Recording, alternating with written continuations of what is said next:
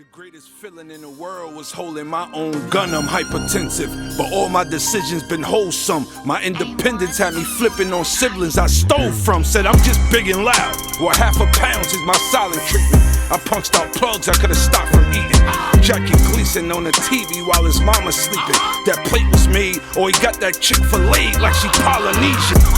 The fucking niggas do to me though. So I stand there blinded while my jewelry glow.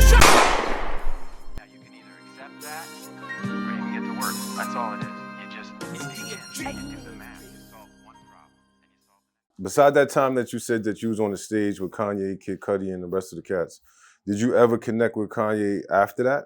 Nah, never. That was a moment like that. Okay. Yeah, it was like Kanye is bigger than life from then till now. Right. You know what I'm saying? So it's like no, shit. The reason I asked is because I think about the fact that, like, you know, you had Tribe Called Quest, you had Jungle Brothers, right? You had that conscious era hip hop early in the 90s, right?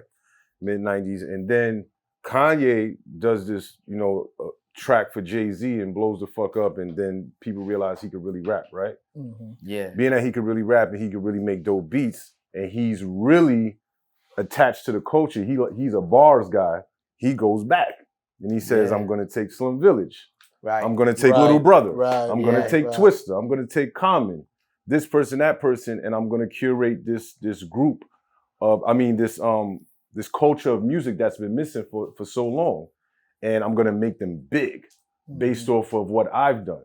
So I feel like there's like some type of formula there. Yeah. You know what I mean? For artists like yourself, who has bars, who's classic, who's worked with classic I'm just producers. a little too young. Right. Just a little too young. Like Through the Wire, I was still like high school. I'm just a little too young. You feel me? He went and grabbed artists that inspired him and made them relevant again. You feel me? Gotcha. I just a little. By the time like I came out in 08, he was already. He's up top. He was out of here in 08. You know what I'm saying? He was already on what, 808s and Heartbreaks. If he was untouchable by then, it was fantasy. like 10 times platinum, going at it with 50 Cent, who could sell the most. Like I missed that when he was going to SOBs doing shit with Talib. I was still in high school. I missed that. Unfortunately, I missed that because I know if I was around him at the right time, he would have been like, "Oh, come here." Yeah, that's a fact. You know what I'm saying? Because he did it with Statik. Statik did 2 beats on Dark Twisted Fantasy. He didn't get credit for them, but he did. He did them. What beats? Which ones? He did Lost in the World and one other one. He did the drums in the studio with Kanye. And he said when they passed the credits in, his name wasn't on the list. That sucks. So, you know, he don't feel no type of way about it. He got. I do. I mean, he did. We didn't know that. We just found that out today. Yeah, he did it. He was in Hawaii. He was in the studio with all of them, and he did the drums. And then I remember, you know, one of the beats I picked, and he was like, "Yo, you can't have that beat because it's going on Kanye shit." And I was like, "All right, hell yeah, get it, my bro." Right. And then when the shit came out, I remember he was heartbroken. And he like, all right, fuck it, you can have that beat now because they didn't give me my credit.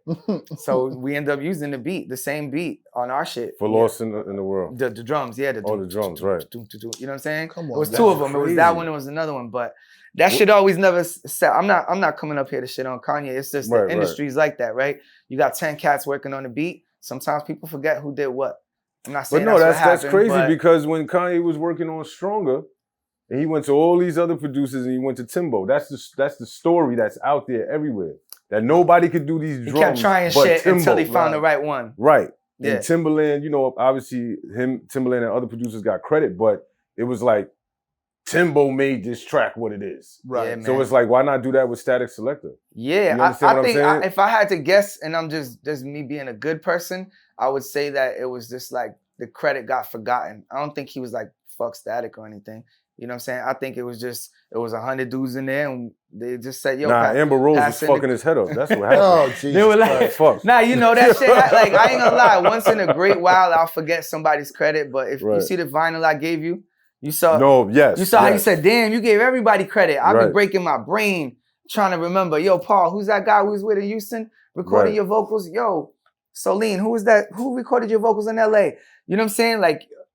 It's just like, for real, I'll be trying to remember everybody because I don't want nobody to do that to me. You know, and that's a lesson for everybody watching. That's a form of disrespect, though.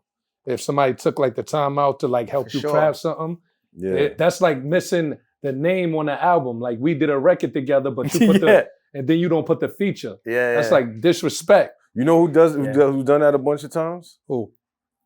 And I love you. We love him. LL.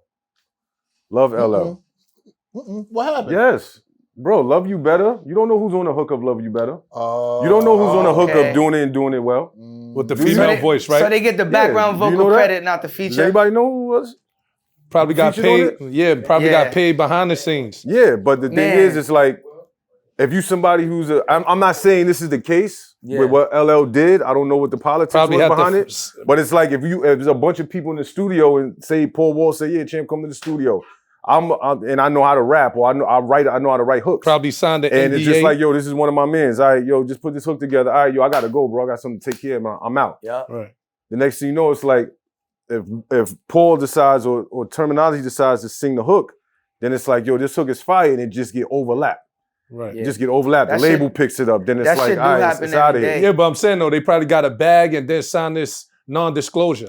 That still doesn't negate the credit though. Yeah. I get it. But some people don't care. They be like, I don't give a fuck about this shit here. Take I don't care. Give that couple dollars. Some people will do that. Being the label saying, nah, you the artist, we're not gonna blow up another artist, and whoever's on the hook they won't sign a deal with us, so we're not gonna put them on it because this is gonna get them a leg up for another label to go sign them. They're like, it's still fucked up. Additional vocals. That's what the additional vocals, you know? Or not even just, yo, you're gonna get additional vocals. You're not a star. You want the additional vocals, or you don't want to be on the track. Which is why I think artists. That's business. Artists, but artists need to have their hand on that as much as possible. Yeah. We're talking about career-making moments for people who may never see that opportunity again. Right. Thank God Statik Selector is genuinely, honestly talented and can do it again and again and again because he's like that. He's really built like that. His production game is ridiculous for all genres. Right. I'm just telling the truth though. Facts. But God forbid you're not a Statik Selector. You know what I mean? Like, what and if you only had that one in you? Right. What if you only had like 2 or 3 good ideas and maybe this, but they were the best ideas because that's to me one of his best albums, if not his best album. And not even to say that you only had one idea, but like, what if he could have gave you more hits? The pressure of everyday life keeps you from being as creative as you can, and this opportunity would have gave you some financial leeway to now you're not stressing about the bills. And now you can sit down and come up with a whole tape full of that shit. But because you got skipped over. Yo, we love you, man. You are great, man. Give Statik his motherfucking... give him his credit, man. At this point, what's it gonna hurt? It's not gonna hurt. Send him a plaque in the mail or something, selling you know what I mean? Send my boy a Come plaque on, out of respect, that's How all. about that? It ain't no hard feelings, but you know, just send him a plaque. That'll be nice. It's all around. Look around you, man. You can find inspiration. You can find discouragement. It all depends on you. Perception is everything. Some people just hear another song. Some people hear the greatest. A nigga used to have no chill. Nowadays I bump side A. Traffic going bumper to bumper, stuck on the highway.